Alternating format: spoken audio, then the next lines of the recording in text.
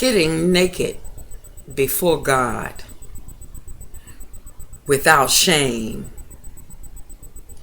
is quite the challenge for religious people. Religion can be deadly. It is almost akin to a disease, like an addiction.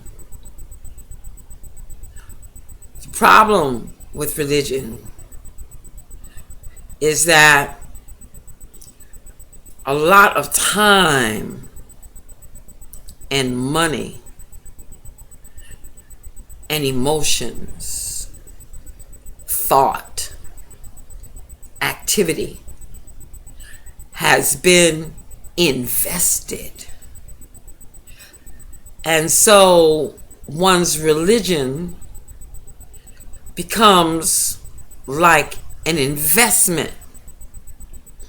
I've gone this far and I can't turn back.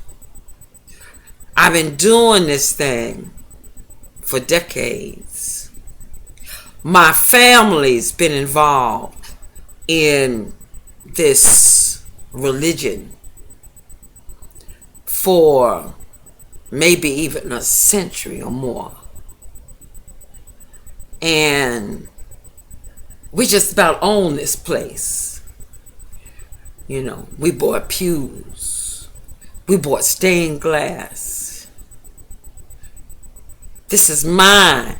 This is my piece of the rock. And I don't mean that rock called Jesus. I mean that building. A lot of my money went into paying for this building, is what the religious will say.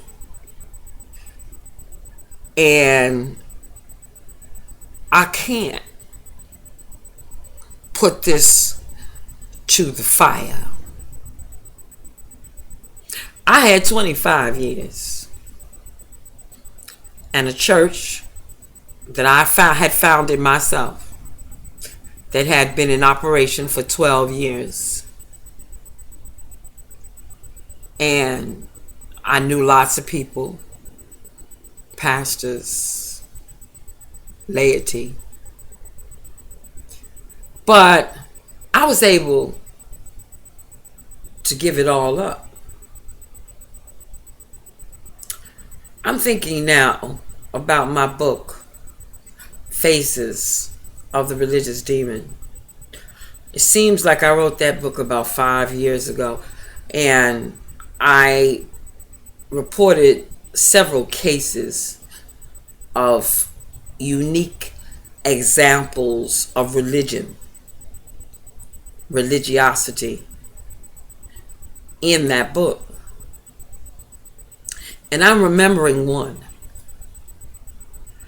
This was a woman who was in her mid-80s at the time. And she sought my counseling services because she was plagued with OCD, obsessive compulsive disorder. And she saw excrement, doo-doo, filth on her food, all around her. And she had this fetish for having to clean herself all the time. She took Holy Communion every day in her home. But what she held on to, her claim to fame, was that a well-renowned mega preacher had laid his hands on her 50, 60 years before. She fell out slain in the spirit. She laid out for hours. She spoke in tongues for hours. And yet 2 weeks later, she was hospitalized for mental illness. And for her entire spiritual life, she was a mental health patient, OCD. So, as I began to examine and confront the issues, it became very clear to me that she was not saved, and that she picked up the obsessive compulsive disorder as a result of falling out slain in the spirit 60, 50 years before. I got a phone call after the first 3 sessions from her son. He said to me, "You are disturbing my mother. And this is what she has. This is her religion." She preferred religion over salvation. That's what we're facing today.